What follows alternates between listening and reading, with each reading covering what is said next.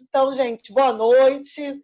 Eu sou Patrícia Pacheco e esse é o primeiro grupo de estudos da nossa comissão OAB Jovem, da Barra da Tijuca. A intenção é que a gente possa ter esse momento, já que o momento pessoal, físico, né, nós estamos impedidos, é que a gente continue com esse contato jurídico com colegas da nossa profissão, para que a gente não desanime, não deixe o desânimo entrar e tomar conta, né, nesse momento que é tão desafiador.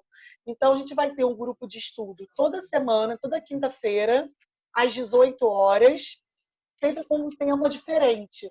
E a ideia é que seja bastante interativo mesmo, que vocês possam, que todo mundo possa dar sugestões de temas, perguntas, e que fiquem todos muito à vontade, como se nós estivéssemos numa roda, Luiz, como se nós estivéssemos numa roda entre amigos mesmo, colegas de profissão, tentando procurar métodos, né, para desenvolver o nosso trabalho. Acredito que temos, sim, possibilidade de sairmos mais fortes dessa questão toda, dessa crise, e nada melhor para fortalecer como o estudo. Então, a doutora Samanta Oliveira, ela ficou com essa missão de coordenar o grupo de estudo, então ela vai ficar responsável por essa questão nossa, do nosso grupo semanal de estudos. Hoje nós temos a doutora Andréa Martelota, que é vice-presidente dessa comissão, que vai tratar das questões de família, professora universitária de Direito de Família, dentre outras disciplinas, né? Doutora Tatiana Carvalho, que é presidente da Comissão de Direito de Família, vai contribuir aqui com a gente com seu conhecimento nessa seara. Então, nós tivemos a live ontem, que também acontecerá de forma semanal, e hoje é para a gente melhorar o que foi falado ontem. A live é muito corrida, né? É ao vivo, aquela questão da internet, muito corrida, 1 horinha. Então, aqui a gente tem possibilidade de desenvolver melhor o tema. Então, eu gostaria de agradecer primeiro a vocês que estão aqui com debatedores, doutora Samanta, que aceitou com muita alegria, né? E, poxa, muito prazer, desenvolveu rapidamente o que a gente precisava, e aos membros da comissão e aos demais colegas que estão aqui no mesmo propósito de crescimento. Né? Hoje o tema direito de família. Então, vamos falar sobre guarda compartilhada, sobre regras de convivência, vamos falar sobre a questão do divórcio, que não foi tratada ontem, sobre execução de alimentos. Né, doutora Samanta? Vamos começar aí a gente tirar as nossas dúvidas, né? Quem tiver situação de fato acontecendo e quiser contar para a gente, para que a gente possa desenvolver uma tese juntos. É isso. Espero de coração que seja um momento produtivo para todos nós. Isso mesmo. Aqui no chat, tá, gente? Vocês podem clicar aí, vocês podem ir deixando também as perguntas, fazendo os comentários que vocês quiserem, porque eu vou anotando, e aí, conforme as professoras forem falando, nos espaços eu vou transmitindo as perguntas de vocês para a gente estar debatendo, tá? Ótimo, perfeito. Alguém tem alguma pergunta para começar? Que queira já iniciar com alguma pergunta? Ou a gente já vai direto falando sobre, dando uma continuidade ao que falamos ontem? O que vocês preferem? Luiz? Eu estou muito ligada, né, nesse debate em relação à guarda compartilhada, porque eu tenho um filho de 32 anos, que tem, meu neto, na verdade, a mãe não está deixando meu filho pegar. E ela alega que ele tem que ficar lá, porque, enfim, para não ser e tal. Na verdade, eu acho até que ela não está muito errada, mas, poxa, é complicado, né? Uma situação assim bem... Eles estão brigando por conta disso, e aí eu queria ouvir a opinião do... Doutora Tati, né? Tatiana Carvalho falou disso ontem. Posso? Eu não estava presente. Boa noite, né? Um prazer estar aqui mais uma vez participando aqui desse grupo maravilhoso que é a OAB Jovem da Barra da Tijuca, essa comissão aí tão atuante. E é muita alegria e com muito prazer que eu estou aqui participando mais uma vez com vocês. Então, assim, a situação da guarda compartilhada, né, até nós tratamos um pouquinho ontem, nós estamos vivendo, assim, um momento excepcional, né? Eu até digo, assim, que normalmente... Você falou que seu pai tinha que pagar? Ou que tinha que comprar? Estão me ouvindo? Sim. Tem alguém Ah, com tá o bem. microfone aberto? Então, acho que tem alguém com o microfone aberto. Então, normalmente, por exemplo, quando a gente fixa, né, o advogado faz ali um plano de convivência, ou um juiz fixa a sentença, a gente tenta ser abrangente, mas nada vai ter uma cláusula fixando um período de pandemia, né? Então, diante da excepcionalidade desse caso, eu acho que deveria ter, eu acho, não, eu tenho certeza, tem que haver o diálogo. Seria muito interessante, por exemplo, ele não pode pegar porque a mãe está com receio. É claro que tem perigo, mas vamos tentar ver, não pode cortar. O que eu acho, assim, o que eu venho dizendo, que não tem como interromper o contato de um pai com um filho ou com uma filha. Alguma forma tem que ocorrer. Ou que, de repente, marque um momento, assim, até que fique ali na casa dela, se for possível, né? Se existir essa possibilidade, ou que ele desça, que realmente tome as precauções. Mas o que eu entendo, se não está dando, por algum motivo, para manter a convivência tal como estabelecida, ok, então vamos ter cautela. Mas eu acho que não pode romper a convivência, não pode.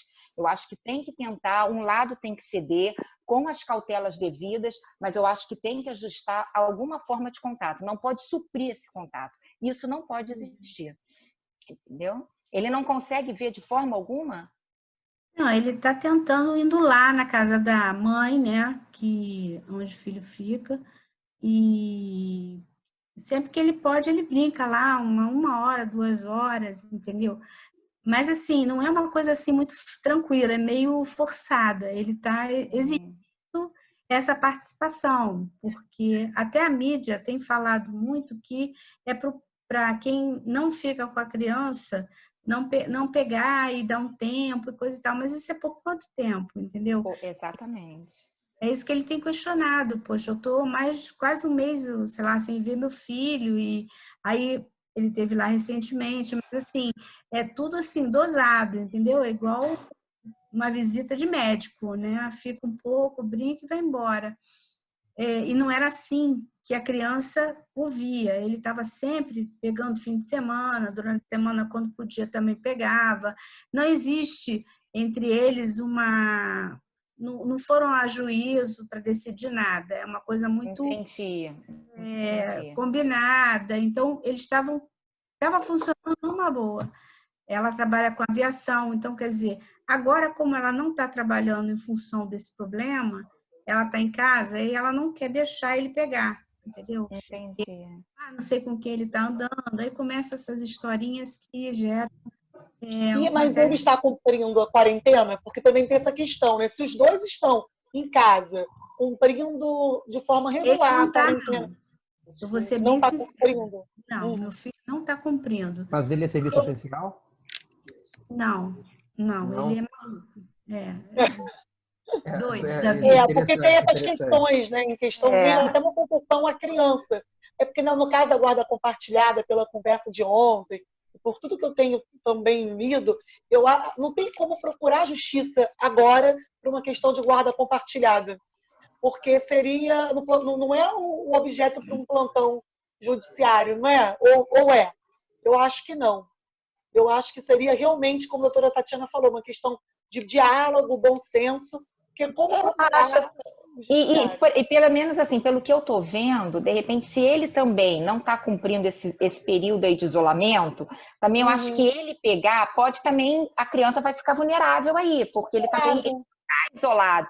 Então, eu acho que a melhor opção, assim, neste momento, eu acho que, de repente, ele tentar ajustar essa convivência ali na casa, embora, de repente, seja uma convivência que, óbvio, que ele não vai ter total liberdade, porque ele está ali no ambiente da mãe, e ele utiliza também os outros meios, né? O virtual, porque também, nesse momento, se ele não está cumprindo o isolamento, aí é uma questão, assim, da gente também priorizar a saúde ali da criança, né? Então, de repente, a criança sair pode ocasionar um risco também para ele. Então, assim, nessa situação, eu acho assim, eu só questiono porque eu não sei se ela está cumprindo também, entendeu? Eu sei que cumpre, porque ele me fala o que ele está fazendo, aí eu dou lá meus esporros e tal, mas, enfim, estou relevando porque ele tem 32 anos e, assim, é uma idade que eles acham que eles não vão ser atingidos por nada, ainda mais que a mídia coloca muito que é para doença de idoso. Entendeu? Mas eu sei que não é bem assim. Ele também sabe que amigos dele já estão tendo problemas, né? Ele era de aviação, então ele tem vários amigos pilotos e já teve vários que pegaram, entendeu? Então estão contando para ele como é que é. Mas assim, ele fica assim, eu acho que eu tenho uma imunidade boa, eu sou saudável, eu surfo, eu faço uma série de atividades físicas, então eu não vou pegar, entendeu? Não é assim. Agora, trazendo essa... Desculpa te interromper.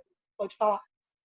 Não, e a mãe também, ela trabalhava em aviação, aeromoça. Eu também não sei com quem ela anda, a gente, entendeu? A gente não fica questionando, nem meu filho fica questionando o que ela está fazendo, entendeu? Ela mora com a mãe, entendeu? Numa casa que mora ela, a mãe, que tem mais de 70 e poucos anos. Talvez essa seja a preocupação maior dela também, né?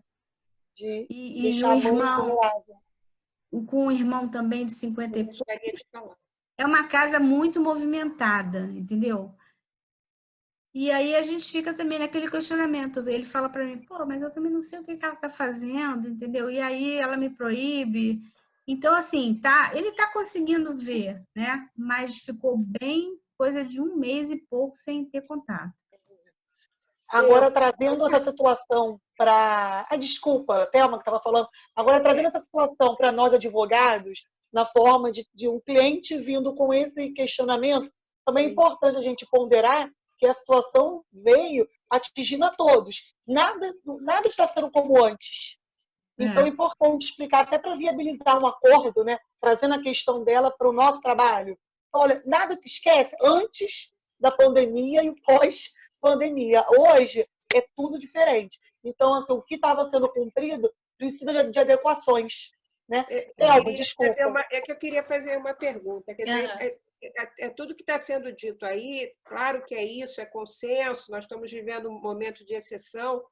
Só que aí fica a pergunta. Primeiro, a gente não sabe quanto tempo isso vai levar. Se previu que isso seria um pouco tempo, e esse pouco tempo já vai 1 mês, daqui a pouco vai 2. E aí a pergunta que eu acho que, assim, para mim, vital é, numa situação em que não haja consenso, que um lado não permita mesmo que a criança seja visitada ou vá para o outro pai. Como é que a gente deverá agir em relação a isso? Sei que a justiça está difícil de acesso, mas alguma coisa precisa ser feita.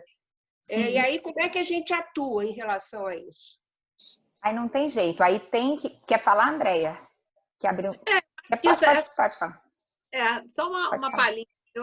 Eu acho que a gente está sempre pensando naquela questão que o que é melhor para a criança, né? No fundo, a justiça vai ter o mesmo pensamento. O que é melhor para a criança? Às vezes, o isolamento é uma questão até de você estar preservando a você e também para que todos vejam que você está fazendo por onde também poder ter essa criança. Pelo primeiro relato, não está havendo essa consciência. A própria fala da avó por parte de pai diz que ela tem uma avó do outro lado que é idosa. Então, toda a mídia está falando isso, que a criança pode ser o portador para levar para o idoso. Então, no fundo, essas questões todas vão ser colocadas. Se você levar para a justiça, é isso. Qual é o risco que você tem de contaminar pessoas da família? E qual a consciência... Vai ser sempre visto a criança, né? Sim, e também o idoso, porque se a outra avó é idosa e mora com ela, se ela sai e volta com o vírus e pode passar para essa avó, então é uma questão. Se a avó tivesse isolada, o que eles estavam pedindo é o isolamento do idoso, que é o maior grupo de risco. Então, essa questão sua, ela tem esse atravessamento também do idoso que está na outra ponta, né? Agora, essa colocação também que a nossa colega falou agora, a gente pode levar, em último caso, realmente algo para o judiciário. Agora, é claro que o judiciário só vai ver as medidas urgentes. Tá sem ver há quanto tempo? Existe risco nisso? É o que a gente está pensando aqui, é o que o judiciário vai pensar também. Exatamente. Né? Então, eu acho que não vai fugir disso. O judiciário hoje ele não pode criar algo que não existe, né? Quais são as pontes factíveis, né? Infelizmente, os danos vão acontecer. A gente tem que minimizar os danos. Nesse momento, a criança... Eu vi um caso que eu achei super interessante. Os pais, para evitarem isso, como eles estavam disponíveis, estavam sozinhos, eu vi eles isso também. ficaram... Não foi legal isso? Eu vi, achei legal demais. Uma prova de Eu amor, vi isso né? legal. Eu vi essa Eles reportagem. foram para um lugar para ficar os dois com a criança. Entende? Sim. Então, às vezes, Namorar com mais um. uma maturidade, precisa de um diálogo, precisa de uma coisa que às vezes eles não têm ainda. Não construíram isso. Entende? Então é difícil mesmo, é muito difícil. É um momento que a gente não acha que vai passar de muitos meses. É o que a gente sempre fala. O tempo de ficar com a criança, às vezes, é a qualidade do tempo, não é nem o tempo em si. Às vezes, se ele fica 1 hora, 2 e fica bacana, interage bem e tudo mais, é bom. Às vezes, o pai pega o filho, fica o dia inteiro com o filho, não fica com o filho brincando, Exatamente. fica no bar, fica com a namorada, deixa o filho, sabe, em algum lugar para ele sair sozinho. Então, essas coisas a gente sabe, a gente conhece isso. Exatamente. Então, qual é a qualidade desse tempo, né? Eu acho que isso é fundamental, é priorizar. Qual é o tempo que eu vou ter com o meu filho? Aonde vai ser o menor risco para ele? Essa proposta é interessante, que você falou do casal e tal. Mas o meu filho quebrou. Ele tinha uma empresa de eventos que estava bombando e agora está lá, abandonada, teve que fechar. Tem um monte de coisa lá que estava estragando, até eu fui lá ver, entendeu? E assim, ele não teve como imaginar uma proposta de levar criança e a mãe para outro lugar, para um hotel, qualquer coisa. Não tem dinheiro, acabou. Essa possibilidade. Entendeu? Então, dentro da possibilidade é o que é possível mesmo. É o que é dentro possível. é possível. Né? Não adianta a gente ver o que não dá, o que não, né? Não vai conseguir. Essa hipótese foi possível, por isso eles foram para algum lugar juntos, mas a gente está dando um exemplo. Isso foi possível para aquele casal. Mas olha só. Seu filho não é. O que é possível para o seu filho? É isso que ele tem que sentar e pensar. Só é possível ficar 2 horas de 3 em 3 dias, de 4 em 4 dias. Vou fazer isso da melhor forma possível. Exatamente. Entendeu? No mundo utópico, né? Aí só eu também entrando aí, gente, boa noite. Né? Boa noite. Utópico. A gente está aqui botando essa situação extrema aqui, um casal levou o filho para passar o isolamento junto, quando se há realmente uma boa comunicação entre os pais. Então, se você não tem, primeiramente, uma boa comunicação entre os pais, fora todos os empecilhos que, na verdade, eu como também atuo na área de família, e eu vejo muito isso quando a gente vai para a mediação, e nós vemos, a gente demora a fazer muito um acordo e priorizar o interesse da criança. Então, a gente está fazendo, na verdade, tendo que atuar em 2 momentos. Primeiro, é priorizar o interesse do menor. Isso é um fato. Mas, de maneira complementar, é fazer com que eu e ela, no caso, né, esse casal, acabe um pouco com as desavenças nesse momento e pense no que realmente é factível para a criança. Valorize, né, quem merece a proteção. Esse é o grande problema, na verdade, que a gente encontra para poder conseguir resolver até com maior celeridade os problemas dentro da área de família. Uhum. Eu vejo muito isso porque há uma consequência de coisas, há uma questão de sentimentos, há toda uma questão de intimidade. E aí acaba um despejando coisa no outro, não porque você é irresponsável, não porque você é isso, não porque você é aquilo. Então, assim, se o seu filho, infelizmente, está furando a quarentena, ele está atuando de uma maneira um tanto quanto irresponsável, até mesmo para o menor, porque estamos num momento de calamidade pública. Então, o que vai priorizar?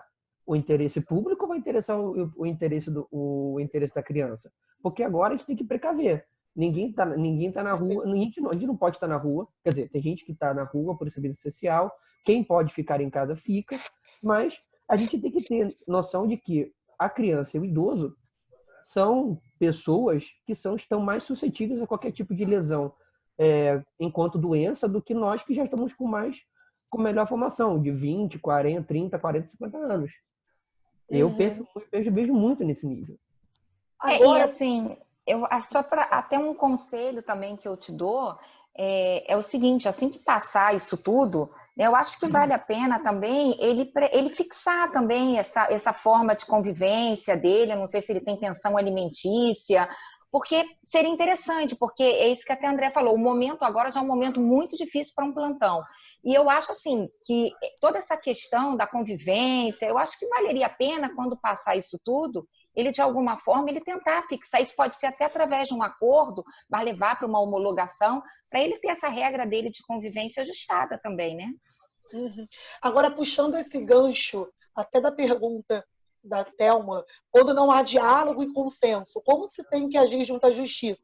Eu entendi tudo que foi colocado, mas temos também a questão da alienação parental, que existe, e tem também os novos alienadores que, com a oportunidade de estar em casa, acabam se tornando alienadores. Então, o que eu acho interessante de bater na nossa porta, cliente, nessa situação, que a pessoa que não tem o mínimo de diálogo, de consenso, de preocupação da manutenção do vínculo da criança com o pai, essa pessoa provavelmente, né, não está se portando com a criança, com a questão emocional, e pode ser que seja uma alienadora ou um alienador, ou que venha a se tornar.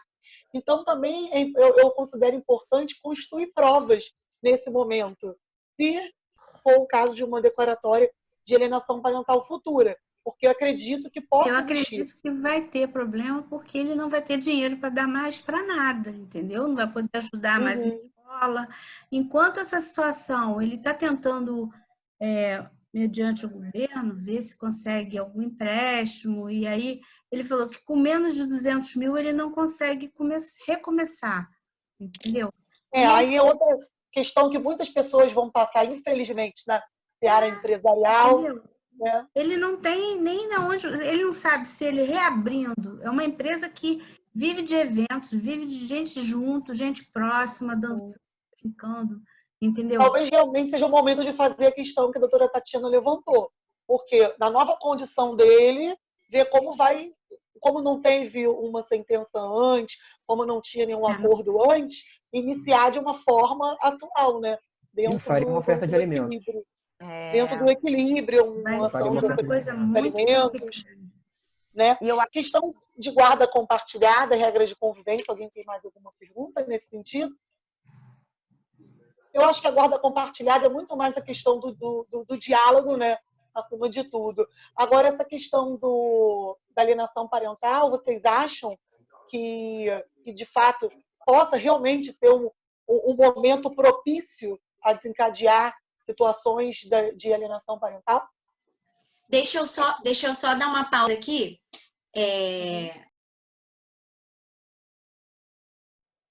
Olá, meu nome é Samanta Oliveira, eu sou da comissão da OAB Jovem Barra, e nós estamos aqui hoje discutindo sobre o tema mensalidades escolares em tempos de Covid-19. É um tema que foi tratado na live de ontem, lá pelo perfil do Instagram da OAB Jovem Barra. Siga lá, @OAB Jovem Barra. E hoje a gente está trazendo aqui as debatedoras, né, de ontem, doutora Patrícia, nossa presidente da comissão, doutora Andréa Martelota, a vice-presidente da comissão e também presidente da comissão OAB Vai à Escola. E também a doutora Maria de Fátima, que também é da comissão OAB Vai à Escola, para estar trazendo aí para a gente esclarecimentos, né, tirando dúvidas e debatendo também sobre esse tema tão relevante. A gente vai abrir esse segundo bloco, então, com as perguntas, pontuando as perguntas. A primeira que deixaram para a gente foi uma pergunta sobre educação infantil. Como que funciona, então, essas mensalidades a título de educação infantil? O segundo ponto que a gente vai abordar aí é sobre a questão das graduações e pós-graduações, né? Se isso se aplica também. E um terceiro ponto, se isso se aplica aos bolsistas, quer dizer, se a instituição está dando 15% de desconto, mas eu já tenho um bolsista com esses 15% de desconto, ele não vai ter desconto no fim das contas, como que a gente pode negociar isso, tá? E aí, por último, mas na verdade, para a gente poder trazer à luz, que não foi uma dúvida, foi só para a gente pontuar qual é o número do decreto que a doutora Andréa Martelota comentou com a gente no bloco 1, tá? Só para aí, se tiver mais alguma lei, mais algum projeto de lei, alguma coisa que vocês queiram também esclarecer, fiquem à vontade, tá bom? Tá. Bom debate a todos. Obrigada. Doutora Andréia Martelota, vou pedir então para a doutora trazer para a gente, iniciar então trazendo para a gente o número do decreto e se tiver mais alguma lei. E aí vocês podem interagir juntas, tá? Doutora Maria de Fátima, doutora Andréia. E quem mais quiser ficar à vontade, só abrir o áudio e falar também. Tá me ouvindo, ok? Tá ouvindo? Bom, eu vou pontuar, então, todas as leis que vocês vão precisar usar para argumentação. Existe a Lei de Diretrizes e Bases, que é a Lei 9.394, de 96. E existe as portarias do MEC. Tem a portaria 343, 2020, e tem a portaria 2117, a 343 e a 2117 de 2019. Agora, nós temos a Constituição Federal, artigos 205 a 214. Nós temos o Código Civil, que vai falar nas relações contratuais. Nessa questão da criança, a gente tem o Estatuto da Criança e do Adolescente, artigo 22, para pensar. Código de Defesa do Consumidor é o coração da discussão. Artigo 12, artigo 14. Código Civil, artigos 317, que vai falar na teoria da imprevisão, que é fundamental discutir. 478, princípio da onerosidade excessiva. E o artigo 6º do Código de Defesa do Consumidor, que traz os princípios do consumidor. Então, para o consumidor, eu acho que é o artigo mais importante, porque é direito do consumidor. E aí você tem ali, no artigo 6º, inciso 5, você tem um direito, né? São direitos básicos do consumidor. A modificação das cláusulas contratuais que estabeleçam prestações desproporcionais ou a sua revisão em razão de fatos supervenientes que as tornem excessivamente onerosas. Então, eu acho que aqui o artigo 6º, que traz a teoria da base, que a gente chama, esse é um artigo muito importante para o consumidor, fora os outros que a gente falou. Então, em termos de leis, é o que temos. Não existe uma lei ainda, eu até abri aqui, a do Ceará, não foi votada. A gente já passou, já teve aprovação do projeto, mas ela ainda não foi votada na Câmara, ainda falta a conclusão da votação. E nesse projeto do Ceará, que eu achei que tinha sido votado, que estava marcado para hoje, eu estou tentando achar aqui na internet, mas pelo que eu estou vendo, foi adiada a votação. A gente só teria que confirmar.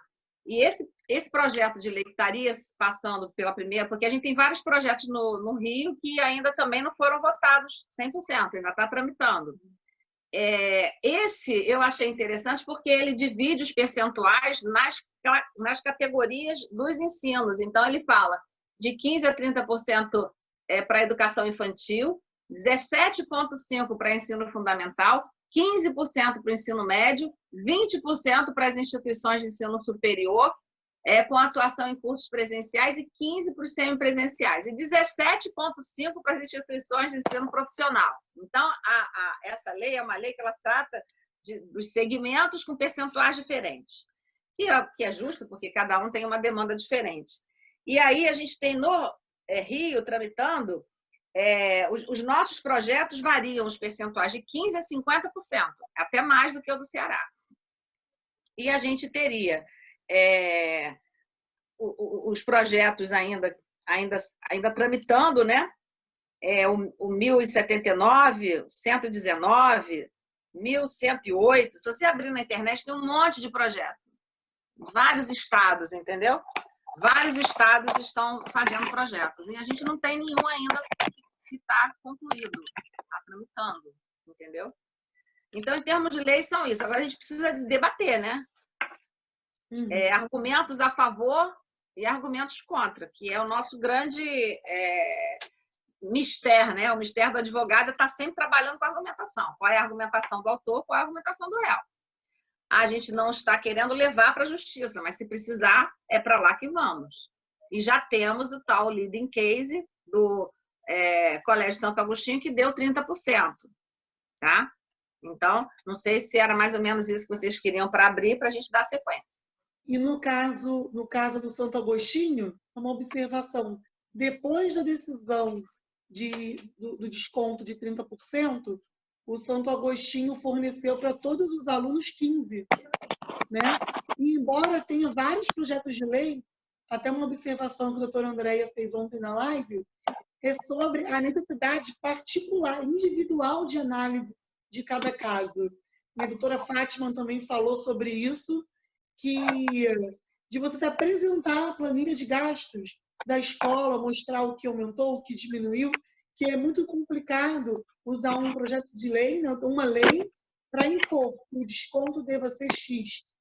Né, que essa mas, por outro lado, essa questão muito diversificada de uma escola para outra, eu entendo que causa uma confusão. Porque se um aluno tem um desconto, o outro quer o mesmo, e os pais se comunicam, né, principalmente os grupos de WhatsApp da escola. Então, assim, é bem complicado. Eu acho que para a gente, como operadores do direito, advogados, nós temos que pensar a forma de alegar para cada lado. Enxergar, né, os dois lados, né, as formas que você pode alegar tanto do ensino, do estabelecimento de ensino, quanto do contratante. Contratante e contratado. São os dois lados e a gente analisar. Agora, esses inúmeros projetos de lei, não sei se a aprovação será o que vai solucionar a questão, né? Não, também acho. Eu também não sou a favor. Cada caso é um... Pode falar, doutora Fátima. Só para nas regras, né, de transitórias, não estou vendo vídeo nenhum, não estou enxergando ninguém. Vocês estão me enxergando? Sim.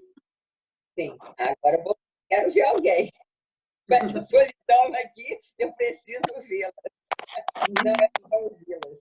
Bom, complementando a Andréia, eu acho que a Andréia falou, salvo engano, naquelas regras de transição, na MP 934 de 2020, talvez para passar lá para os participantes, que ela é a tal que dispensa em caráter excepcional a educação básica dos 200 dias, o ensino superior também flexibiliza esses 200 dias, né? Então, é uma MP, para quem está estudando o assunto, que também deve ser complementado naquela lista que a doutora Andréia falou.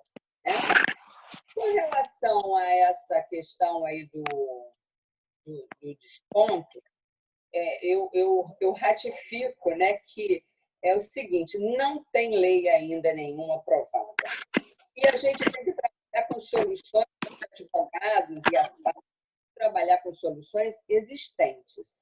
E eu considero que nem acho que deve ter lei nenhuma para esse caso emergencial, porque qualquer fixação de um valor, de um percentual, para mim, eu acho que vai de encontro com as regras principais que regem essa relação contratual.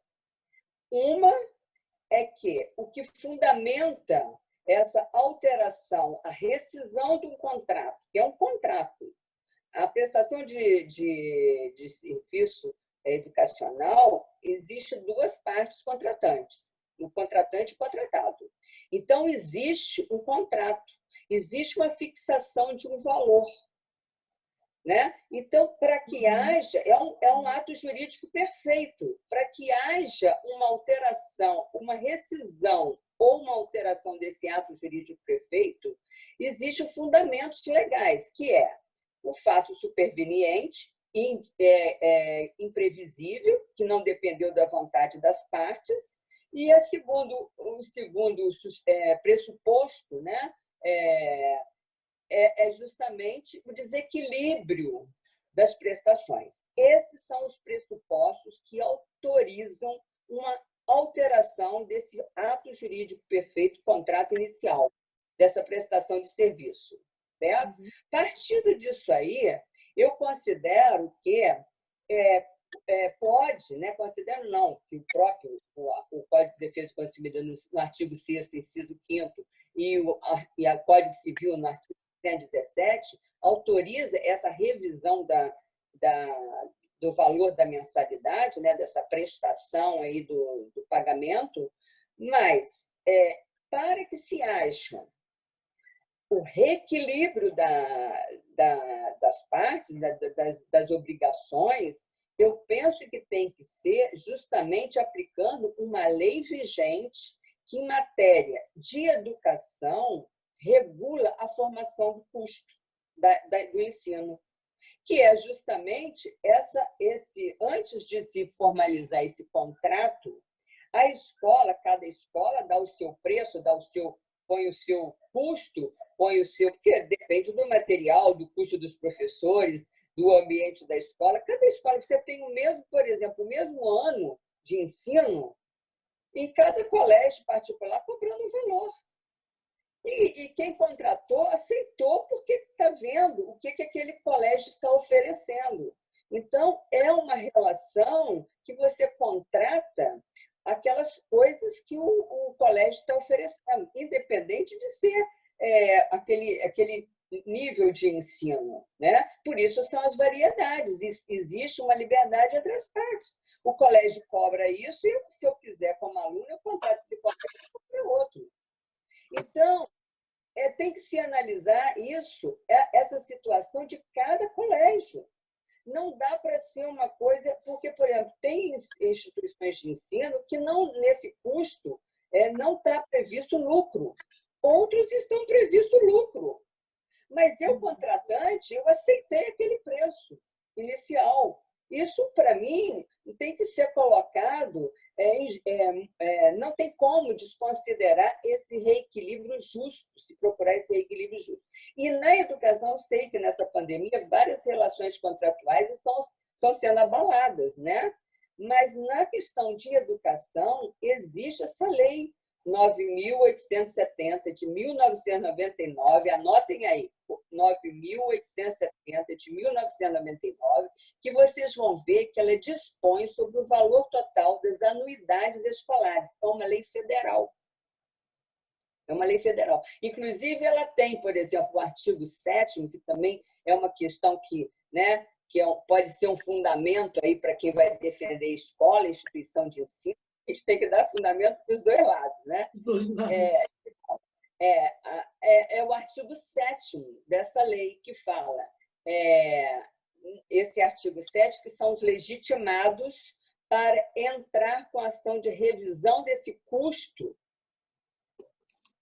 com base no Código de Defesa do Consumidor, no Código Civil, que são as associações de alunos de pais irresponsáveis, sendo indispensável que pelo menos 20% dos pais dos alunos. Então, existem regras na educação, existem algumas regras.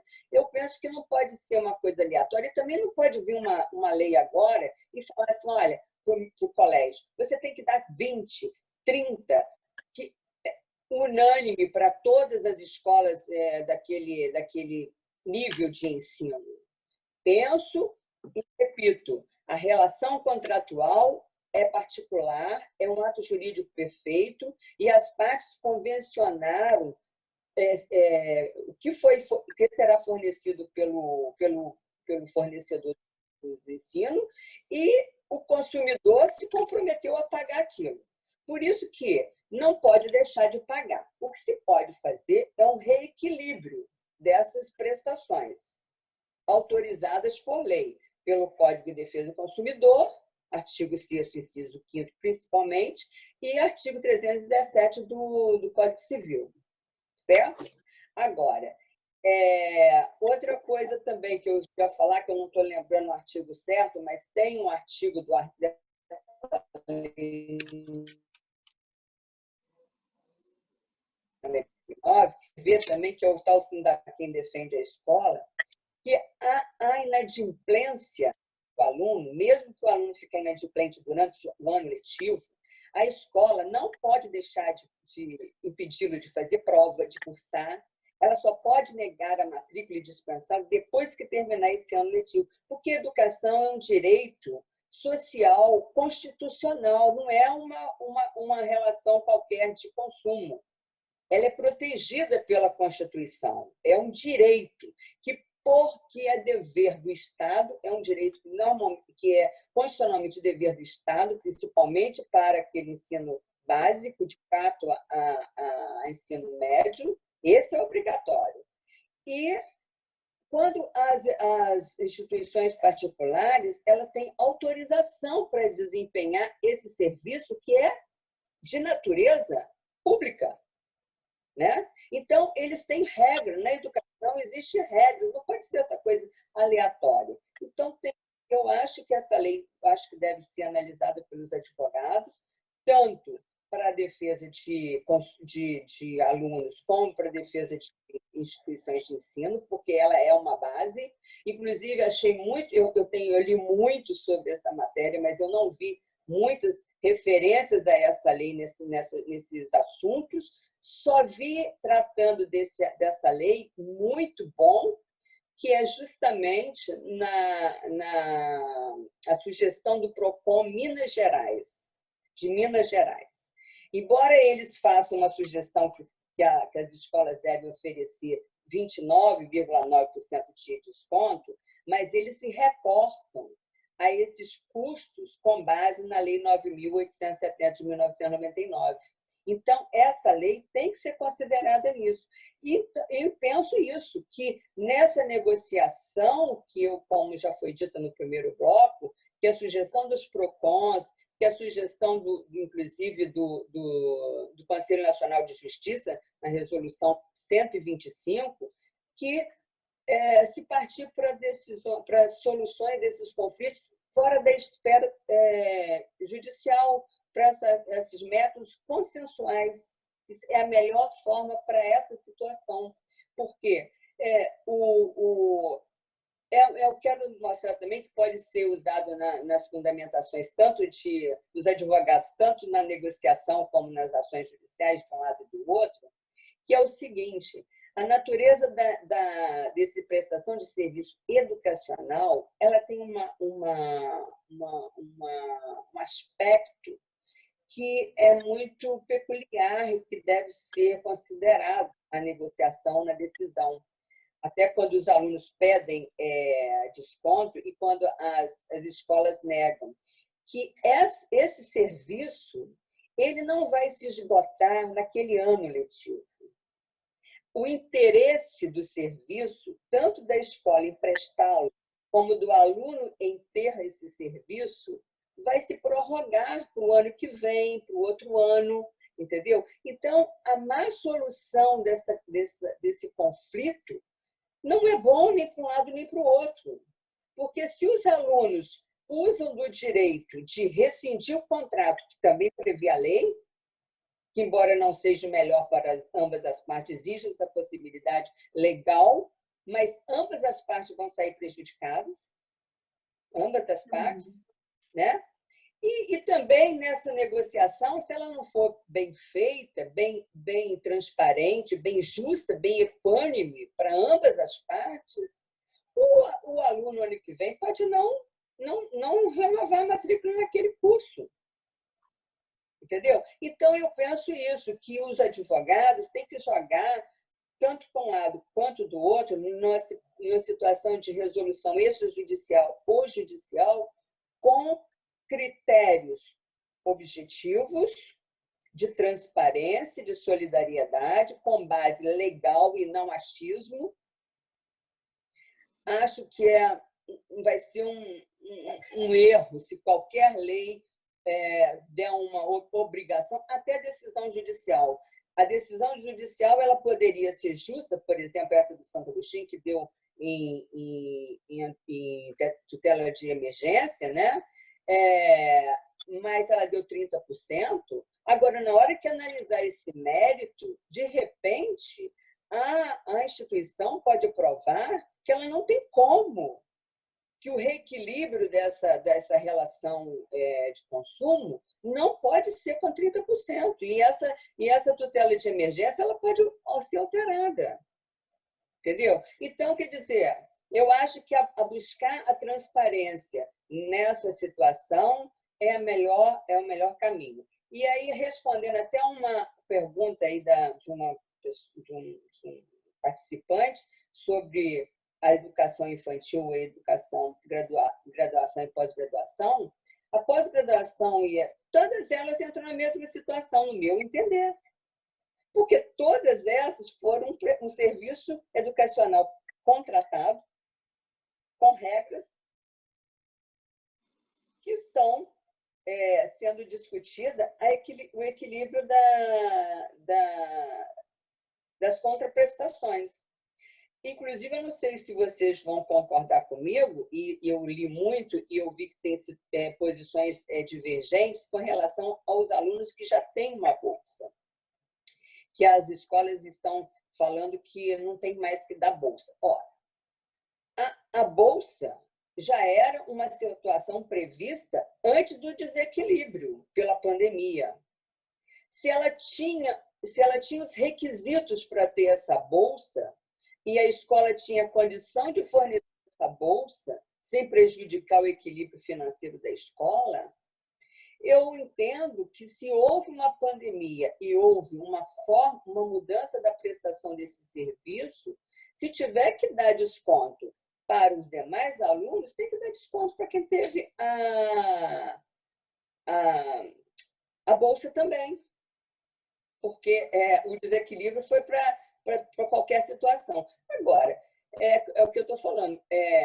As instituições têm seus argumentos, os alunos têm seus argumentos. Se não conseguir compor de conciliação extrajudicialmente, que seria o melhor, o juiz, a cabeça do juiz, cada juiz vai poder entender uma coisa. Agora, esses alunos vão poder entrar com esse fundamento, sim, de que não é justo que tenha dado desconto para quem não tinha bolsa, se foi comprovado que o fundamento desse desconto é uma diminuição de custo da instituição, a diminuição do custo foi para todo mundo. Senão aquela prerrogativa que o aluno que tinha a bolsa tinha se perdeu com a nova recomposição do preço, né? Então, a minha opinião é essa. Inclusive, eu gostaria de deixar assim aqui para os advogados, né, para os participantes, a questão da polêmica, né, que eu acho que é polêmica, que os artigos, tanto do Código do Consumidor como do Código Civil, que trata de exclusão de responsabilidade, não entra nessa demanda. Exclusão de responsabilidade é quando tem um dano e vai ser comprovado de que não houve culpa, que é um outro princípio, que não é o princípio que norteia, no meu entender, essa relação de conflito. Essa relação de conflito não houve um dano. Não tem que se discutir se foi culpa de um ou culpa de outro. Houve um fato superveniente, que não é culpa de ninguém, e que esse fato superveniente alterou, fez uma ruptura do equilíbrio entre as prestações e que existem artigos próprios no Código Civil e no Código do Consumidor que estabelecem essa solução desse conflito, que pode ser, como já disse, por rescisão ou por alteração das prestações. Doutora Fátima, agora só uma observação. Em relação, a doutora mencionou a questão do princípio da transparência, né? Boa fé. Eu enxergo que a conta seja muito simples em relação a isso.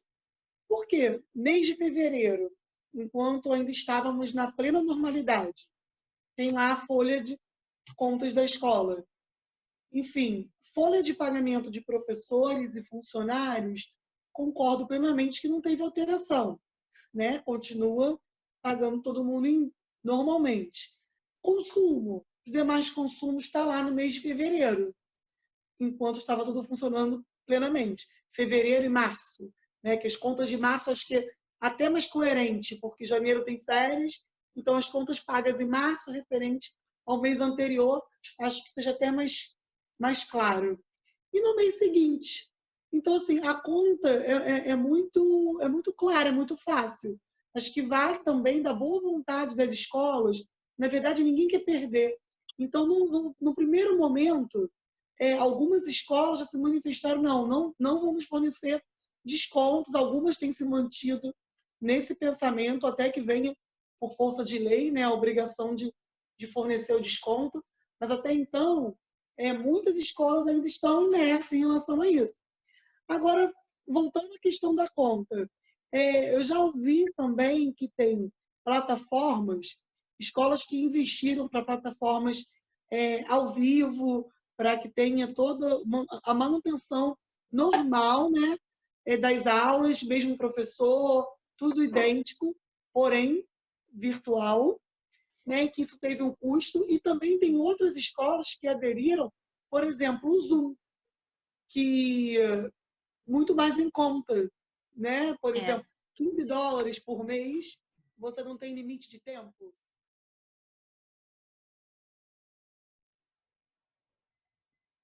Então, em relação a esse princípio da transparência, princípio da boa-fé, eu entendo exatamente isso que eu mencionei, que seja muito claro, porque as contas de fevereiro, de março, né, mais precisamente, estão no valor. E o que mudou no mês seguinte?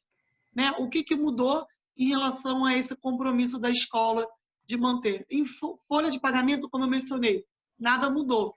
Agora, as despesas de água, produto de limpeza, de luz, todas as contas de consumo, isso com certeza sofreram uma queda brusca, né? Essas contas.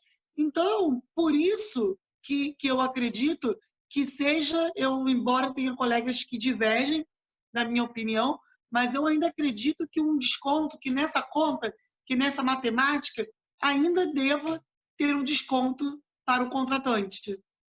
Né? Não estou falando da educação infantil, que é uma questão peculiar, porque na educação infantil o objeto se perdeu. A doutora Thaís Paca está aí? Não. Não voltou? Eu não estou te ouvindo. Eu não estou te ouvindo, Samanta. Então, ela ainda não voltou, não. Ah, tá. Que ela havia perguntado sobre a educação infantil, que é uma situação peculiar, porque muitos pais tiraram seus filhos da escola e acredito que mesmo que retornemos às nossas atividades normais, não irão voltar esse ano. Uma criança de 2 anos em meio a uma pandemia, eu acho que a opção dos pais vai ser, a não ser de extrema necessidade devido ao trabalho, mas acredito que a decisão da maioria seja manter seus filhos em casa, né? Então, a doutora Fátima mencionou, acho que a doutora Andréia, alguns acordos acontecendo entre manter a mensalidade para ter um desconto maior no ano que vem, para que não haja quebra das empresas de ensino, embora eu ache que isso seja inviável, que ninguém vai querer pagar uma mensalidade para ter a prestação no ano seguinte, mesmo com promessa de bolsa. Acho que isso seja difícil de acontecer, mas em relação à educação infantil, por mais que não seja culpa de A e B, contratante e contratado, não tenha dado causa ao fato, como ninguém deu, mas ainda assim tornou-se impossível o objeto. A contraprestação desse serviço se tornou inviável. Não interessa por culpa de quem, não é de ninguém, tornou-se inviável. Não há essa contraprestação. E esse mesmo pensamento eu tenho em relação ao integral. Colégio integral, quem paga um valor X para o ensino fundamental e um valor Y, um valor a mais, um acréscimo, para que essa criança tenha o integral, eu até falei isso ontem na live, também tendo que perder um objeto. Porque, infelizmente, veio um problema que tornou inviável a execução do contrato. Também entendo que não deva pagar, apenas a questão do ensino fundamental. Porque quem contrata um colégio integral tem que ter, está incluso a alimentação, né? O almoço, está incluso. O almoço vai ser fornecido? Não. Está incluso o reforço escolar. O que foi dado num período vai ser reforçado no outro, no integral. Vai ser possível o reforço? Não. O estudo bilíngue, o contato com o inglês diariamente, vai ser possível? Não. A atividade física diária, uma atividade extra, né, que os pais escolhem para que a criança exercite todo dia, sem precisar ter por fora um judô, um balé, fazer isso diretamente na escola. Vai ser possível? Não. Então, a minha conclusão, a minha opinião é que, igualmente na educação infantil, tornou-se inviável a contraprestação contratual. Então, nesse caso, infelizmente, aí sim eu enxergo a presença do princípio da onerosidade excessiva, no caso da educação infantil, no caso do ensino integral. Nos demais casos, eu não enxergo a aplicação desse princípio, porque não é uma onerosidade excessiva. Na verdade, falta fazer uma adequação, como alguns colégios fizeram. O Colégio Recanto, de cara, forneceu para os seus alunos 15%. Eu achei uma atitude inteligente, porque evita o que aconteceu com o Santo Agostinho, demandas judiciais, um desconto para um diferente do desconto do outro, o que acaba acarretando um incômodo entre os pais. Ele já ofereceu 15%. O que eu acredito que tenha sido feito? Uma balança. O que gastávamos? X. O que foi economizado? Y. E o que precisamos investir para a plataforma digital, para fornecer? Está aqui, foi tanto. Então, contrabalanceou, foram feitas contas e a gente pode fornecer os 15%, que é o que eu acredito que todas as escolas devam fazer essa conta e, de fato, fornecer o desconto, mesmo que seja de forma individualizada, não vai ser lei que vai resolver isso de uma forma justa. Essa é a minha opinião. Quem tiver também opiniões, quem tiver aqui no grupo, explane, porque é importante esse debate. É isso. Muito importante sua colocação. A gente, então, já superou aqui no debate a questão das leis, né? Leis, portarias, projetos de lei. A gente já ouviu também o posicionamento de vocês acerca... Já ouviu o posicionamento da doutora Maria de Fátima e da doutora Patrícia acerca da questão de educação infantil, graduação, pós-graduação e bolsistas. Doutora Andréa Martelota também já não deu ainda, né, seu posicionamento sobre educação infantil, graduação, pós e bolsistas, né? Então a gente vai te ouvir agora, doutora Andréa Martelota. Tá me ouvindo? Posso? Bom, gente, na verdade, eu acho que, assim, a educação infantil, realmente, ela é um diferencial nessa discussão. Aqui, talvez até não seja nem questão de desconto. Houve uma inviabilização, talvez, porque, na verdade, o objetivo da educação infantil é a socialização da criança, é o desenvolvimento, atividades que socializem, que ela tem interação. Essa possibilidade de estar colocando vídeos e colocar uma criança, né, de 1, 2 anos diante de uma proposta de virtualização, talvez não seja possível. Algumas escolas estão tentando fazer isso e os pais estão resistindo. Então, a educação infantil, eu acho que é a única que realmente tem essa questão que a Patrícia coloca muito bem com relação ao integral, que se a prestação não for possível, a contraprestação ela tem que, obviamente, também não existir, porque se eu não tenho como mais prestar o serviço, a gente vai ter que fazer ou uma suspensão desse serviço temporária, ou a rescisão mesmo e a contratação nova depois. A educação infantil ela é muito peculiar e ela não entra num debate com os demais segmentos, justamente porque a solução encontrada pelos demais segmentos foi a virtualização. E oferecer isso para uma criança de 1 ou 2 anos é complicado. Agora, a questão do bolsista, por exemplo, não tem nada a ver o desconto da bolsa com o desconto com relação à pandemia. São coisas distintas. Então, o bolsista, ele entraria, como todos os demais, dentro de uma perspectiva de desconto, porque ele está com um valor X E se for concedido um percentual de 15%, 20% por conta da pandemia, incidiria para o bolsista também. Não vejo por que não, já que ele tem uma bolsa que não tem nada a ver com essa questão. A bolsa dele é por conta de outras questões, porque ele já tem uma outra graduação, porque ele tem um irmão no colégio, porque ele tem uma... Então, as bolsas são feitas porque já tinha sido combinado e pactuado por outras questões. Então, também não vejo por que o bolsista não ser contemplado por esse desconto por conta da pandemia.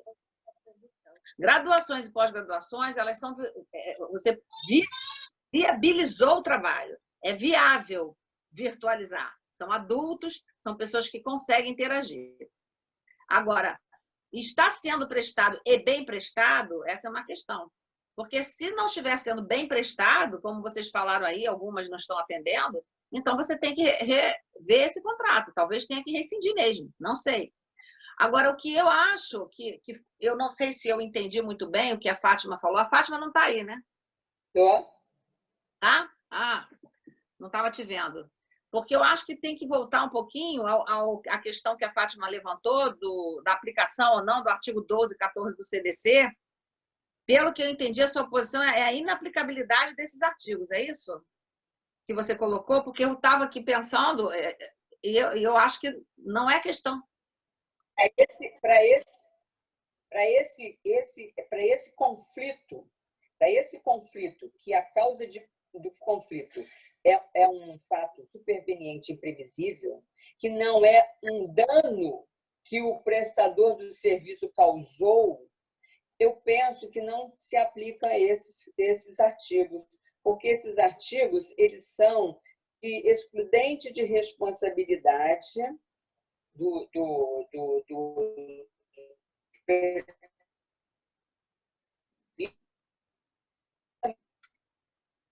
se desculpa, no meu entender, não se discute nem danos causados pelo prestador, não foi um dano, e o motivo da demanda. E também não se está discutindo culpa, ninguém está discutindo.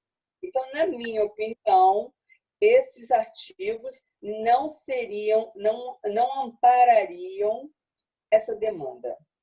Tá, então, é exatamente isso que eu queria pontuar, porque, na verdade, esses dois artigos citados são exatamente para responsabilidade sem culpa. É por isso que a gente trouxe esses dois artigos. O 12 e o 14 são para responsabilidade objetiva, entendeu? E aí a discussão é essa, não tem culpa. É por isso que o 12 e o 14 seriam aplicáveis. Aí você tem a excludente, porque o fato foi imprevisível, ok, justamente. Aí a pessoa fala, não teve culpa de ninguém, então é responsabilidade objetiva. Aí o 12 e o 14 entra lá naquele parágrafo para dizer, né, que foi o que eu li ontem na live. O fabricante, o construtor, o produtor, só não será responsabilizado quando provar culpa exclusiva do consumidor ou de terceiro. Então, a questão é só essa. Essa questão é controversa. É controversa. Agora, na minha opinião, esse artigo, essa demanda não tem a ver com questionamento de culpa e nem de dano. Não teve um dano prestar. Essa responsabilidade objetiva do prestador de serviço pelo código é para um dano que o serviço dele causou. E ele vai independente de culpa, né? Ele vai mostrar que é independente de culpa. Até é uma coisa que protege o consumidor, porque o nexo de responsabilidade no direito consumidor, ele nem precisa de de comprovar a culpa, é um nexo causal, né? Na verdade, agora, a verdade objetiva, ela vai precisar, né? Mas tudo bem, não sua. Eu acho que o que a gente também teria que trazer, já que estávamos falando de imprevisão, é a questão do caso fortuito e força maior, né? Que isso aí também eu acho importante. Verdade. O Código Civil. Aí você já sai do CDC. Houve caso fortuito e força maior? Sim.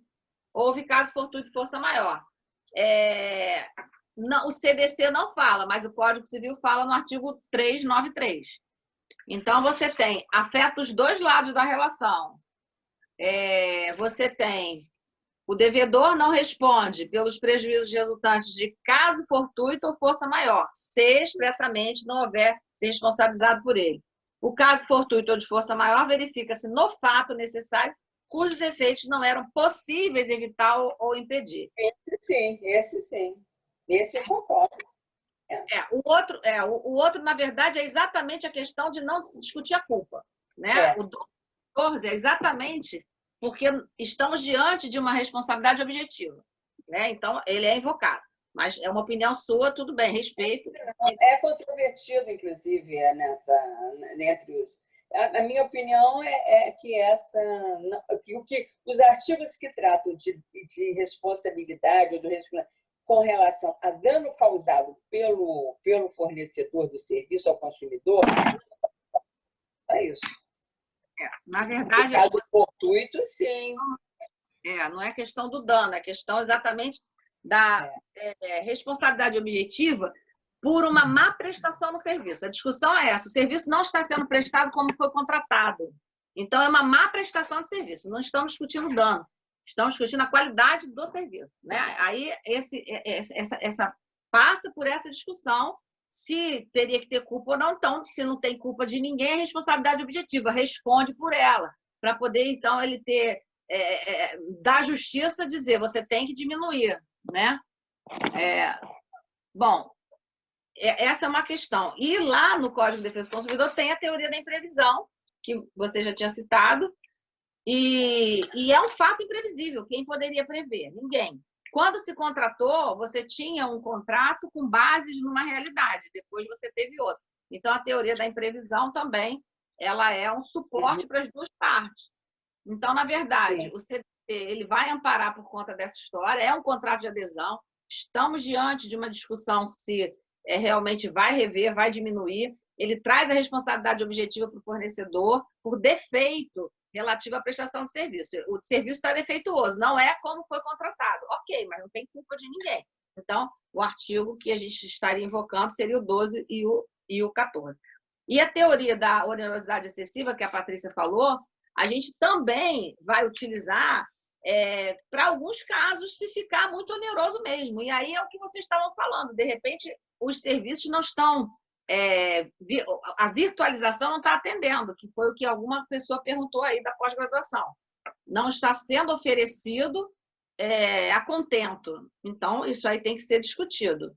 Porque o serviço que vai ser substituído por uma emergência, ele também tem que atender ambas as partes. Né? A parte está se esforçando o máximo, mas a outra parte também tem que estar satisfeita. O consumidor também tem que estar satisfeito. Bom, tem mais alguma pergunta, Patrícia? Samanta, né? Não, nós não temos mesmo. Doutora Patrícia, tem algum? Doutora Andréia, em relação a alguma propositura de ação por parte de escola, a gente chegou a falar sobre isso na live, eu acho que estava nas perguntas, mas não conversamos sobre isso, né? A escola propôs ação? Porque foi uma pergunta que você me enviou e aí falou sobre isso. Aí eu até achei estranho, de repente, sobre questão de valores. Uma das perguntas, aí eu não sei, a não ser que eu tenha entendido errado no áudio. Dá uma olhada lá. Eu vou ver se eu acho. Que eu acho que foi a única pergunta que eu não fiz na live. Mas era a questão sobre do posicionamento das escolas, mas já falamos isso hoje. Se não tiver mais nenhuma dúvida, o pessoal eles estão na sala? Tem mais alguém na sala ou não? Não temos mais perguntas, não temos mais dúvidas. Nós realmente esgotamos o tema, né? Começamos com um resumo, foi muito bom, agradeço. Eu até posso falar uma coisinha? Claro! Patrícia e Andréia, essa questão aí, vocês já analisaram esse provimento que eu falei ontem na live da OAB, do Conselho Federal da OAB 196 de 2020, que possibilita o advogado atuar como conciliador e mediador? Eu vou olhar, eu não olhei ainda. É o 96? É, 96. 196 de 2020. Isso é uma coisa muito nova, é de fevereiro de 2020. Então, eu acho que é uma coisa assim, a ser analisada, né, pelos advogados, porque isso aí, porque normalmente, para exercer essa atividade de mediador, existe um curso para mediador. Inclusive, a Tânia, minha amiga, que a Andréia conhece, não sei se você conhece. Eu conheço. Então, a Tânia está fazendo, está quase terminando o curso de mediador, e ela é advogada, entendeu? Então, assim, no caso desse provimento, que é muito novinho, então, não sei se vai ter algum senão aí do mundo jurídico, né? Mas eu penso, é justo, porque o advogado, ele pode não ter tido as aulas daquelas próprias lá de curso de mediação, mas ele, na verdade, ele tem os instrumentos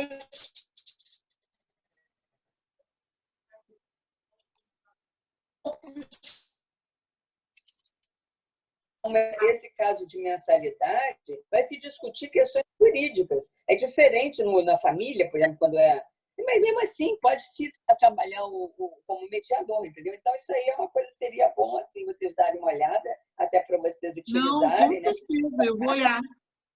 E até...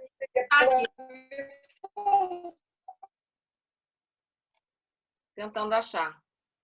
Porque o mediador ele tem esses cursos, inclusive tem que ser autorizado pelo conselho, pelo próprio Conselho de Justiça, né? De mediação. Pois é, mas agora, Andréia, raciocina comigo. Se o Conselho Federal da OAB do Brasil faz um provimento desse, eu estou até com o provimento aqui, quer que eu veja? Constitui atividade advocatícia para todos os fins, atuação de advogados como conciliadores e mediadores, nos termos da Lei 13.140 de 2000 e pela Lei 9.300 de 1996. Ora, ainda bota no parágrafo, atuação do advogado como conciliadores, mediadores, árbitros ou pareceristas no testemunho, expert, ou no assessoramento às partes em arbitragem, não desconfigura a atividade advocatícia por eles prestada exclusivamente no âmbito da sociedade individual.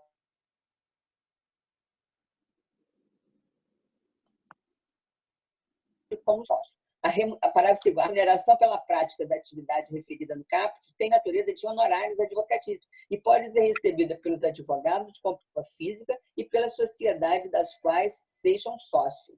Eu penso o seguinte, se o conselho faz um provimento desse, não é porque ele teria que falar que teria, se fosse o caso de ser obrigatório o curso de mediação, entendeu? Na minha intenção,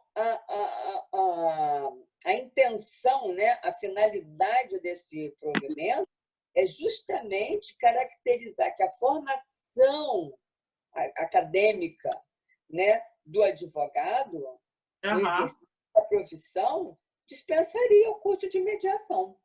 Eu acho que essa é a intenção, porque senão não estaria dizendo nada. Concorda? Verdade. Dá a entender isso.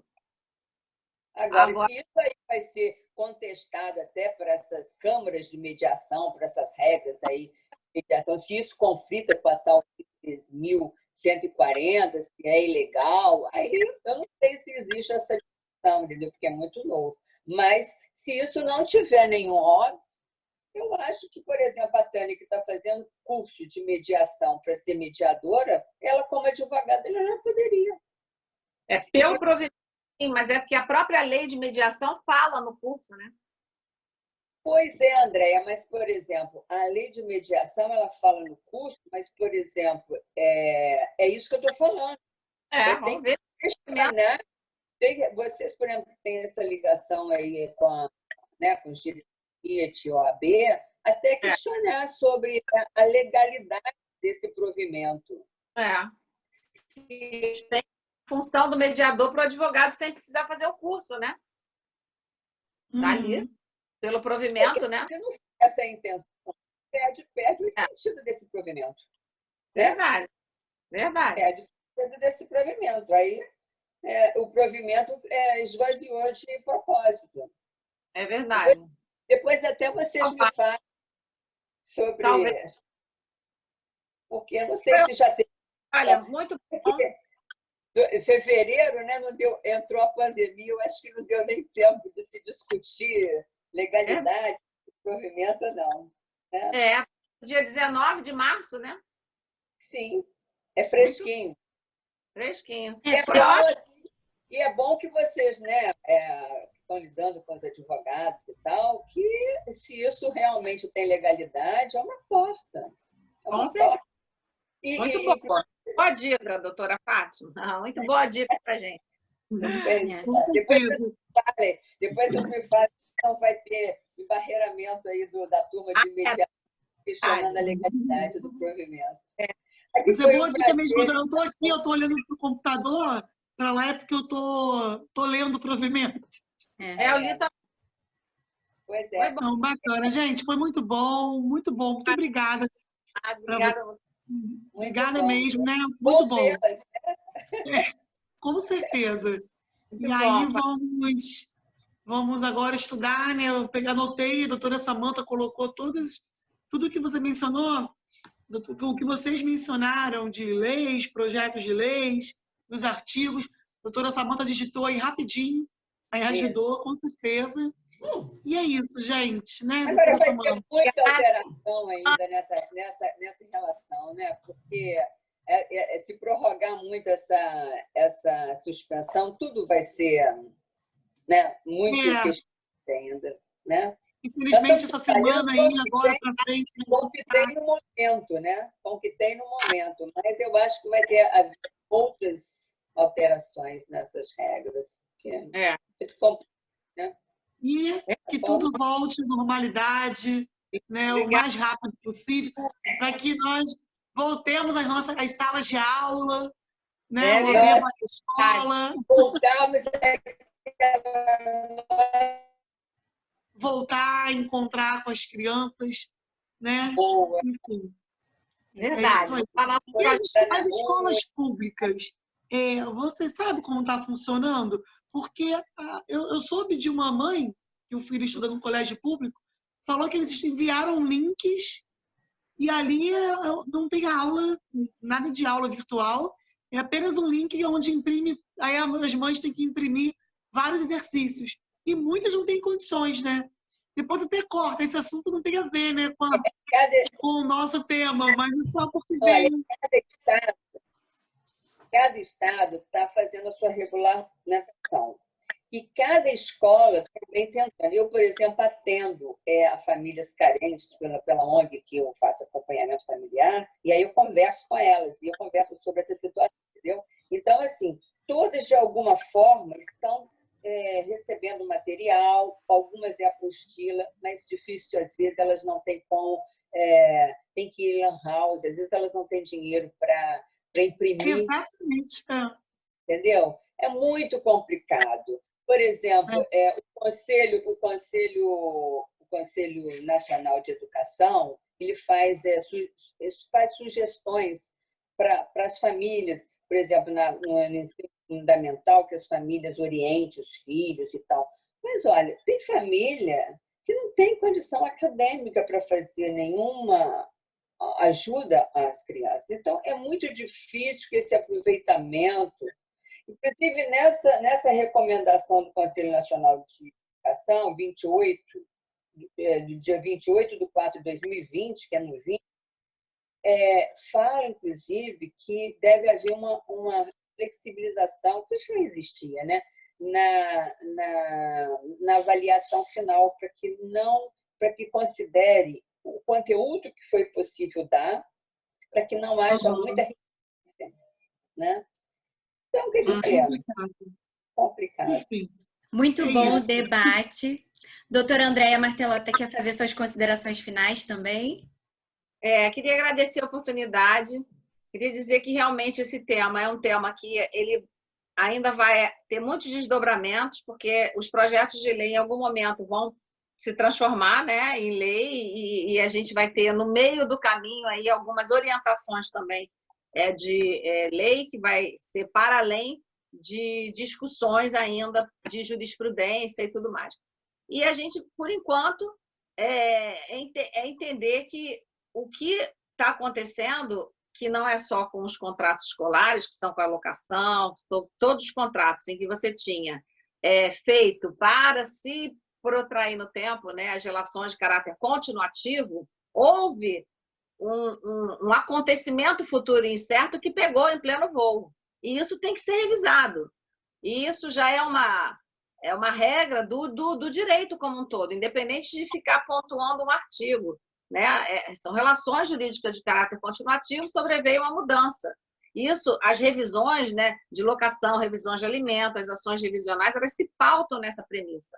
Então, a questão do contrato escolar, aconteceu isso também. Né? Foi pego em pleno voo com uma mudança. Então, há que se fazer ajustes. E aí, realmente, cada caso vai ser um caso. É só isso. Obrigada. Até. Beijo, meninas. Assim nós encerramos o nosso grupo de estudos, né? Mais uma semana. Agradecemos a doutora Patrícia, nossa presidente, doutora Andréia, nossa vice-presidente, presidente da OAB Vai à Escola, e doutora Maria de Fátima, também integrante da comissão da OAB Vai à Escola. Muito obrigada. Encerramos nosso grupo de estudos de hoje e vamos deixar disponível então esse grande debate, né? Adorei inclusive os pontos controvertidos, porque são muito importantes principalmente para todo esse processo que nós estamos vivendo, né? Então eu agradeço mesmo, foi de grande relevância e grande o debate, assim. Muito obrigada. E a gente encerra e até a próxima. Até a próxima, Beijo, se Deus quiser. Beijo, tchau. Beijo. Beijo.